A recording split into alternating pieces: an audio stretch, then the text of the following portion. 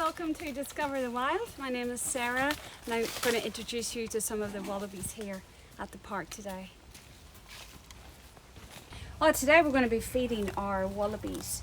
Now in this little muster area we have agile wallabies and we have Antilopine wallaroos.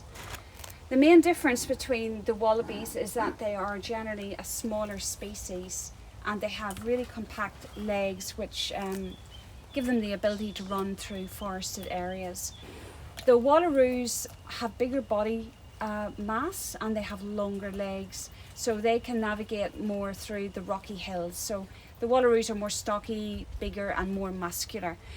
Another little thing about the wallaroos, if you look at their hind feet, you'll see that there's a lot more fur on their hind feet, and that gives them a little bit more of a grip when they're running over the rocky hillsides. We feed them pellets, macropod pellets, and we feed them vegetables as well. We give them chopped sweet corn, carrot, and sometimes apple. And the wallabies in particular, they really enjoy the vegetables. Their teeth are constructed differently as well. The wallabies' teeth are more sharper for crunching on the leaves, and their teeth are more suited for crushing and grinding up the leaves. The wallaroos' teeth are a little bit more adjusted for cutting on the grass, but they all get a mixture of pellets and vegetables.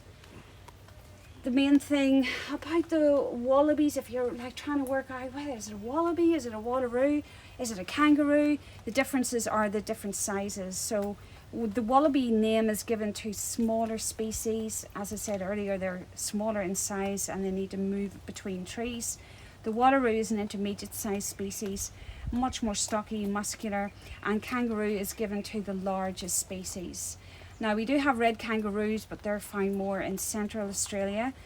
The temperature up here is a wee bit too high for the comfort of the red kangaroo, so it tends to be found further down where it's a little cooler, and the humidity doesn't agree with them either. They tend to get like skin irritations being up here in the humidity. Now the structure of the kangaroo feet is very interesting. They've got like sort of two big longer toes, but if you have a look at the inside toe, there's two little separate claws, if you like. I often see them licking the little claws and then grooming their fur, so it's used as a little grooming tool. And the thing I notice about the wallabies, when you're like here looking at them, you'll notice that they really love the veggies. The wallaroos tend to target more the pellets. Now some of them do have a bit of an odd appearance when they're eating the pellets.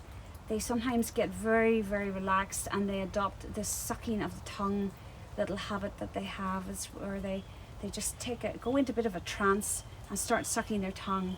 And they'll do that for maybe 3 to 5 minutes and then they come out again. So if you see them all like sucking themselves, not really doing much action, some of them like stare up, some of them twist to the side, and some go between their legs, and they just seem to have a bit of a relaxing time. It's a sucking the tongue. It's something that they have been brought up with from they were little joeys. They were always sucking in the pouch on teats, and they carry that habit through into adulthood.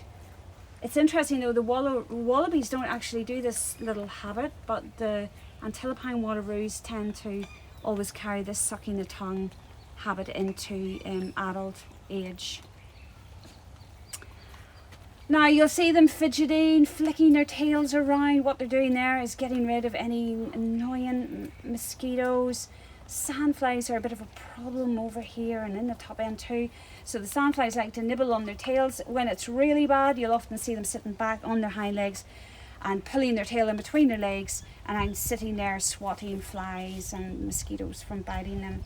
We do actually give them medication once a month on their back to help reduce irritation from sandflies and any mosquito bites, and just reduce any inflammation.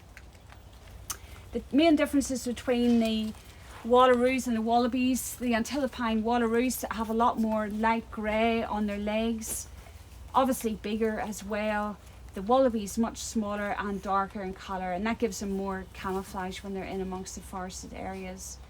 If you live in around the suburbs, you're most likely to see the agile wallabies, which are here.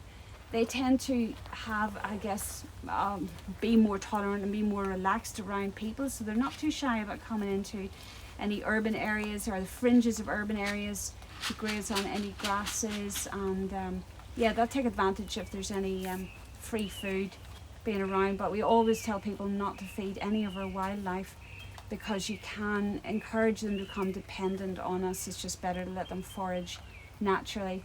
But often golf courses and so on, you'll see the Agile wallabies. The Antillopine wallaroos, I often see them if I'm out horse riding in rocky country. They tend to stay away from people. They really don't enjoy coming anywhere near us. They tend to be out in the rocky countries. There's quite a few in around Berry Springs, some mobs of them. All our macropods that you'll see in here today, all the Agile wallabies, all the Antillopine wallaroos, have all been hand reared, brought in as little rescue joeys from mothers that have been hit by cars or have died, passed away. These little wallabies have been rescued and brought in and hand reared. We also have all females in here. We don't have any boys. The boys tend to be very muscular and can become quite aggressive, especially during the breeding season. So what you're seeing here today are all our females, but all little orphans and rescues. Thank you for watching us here at Discover the Wild, and we'll hopefully see you next time.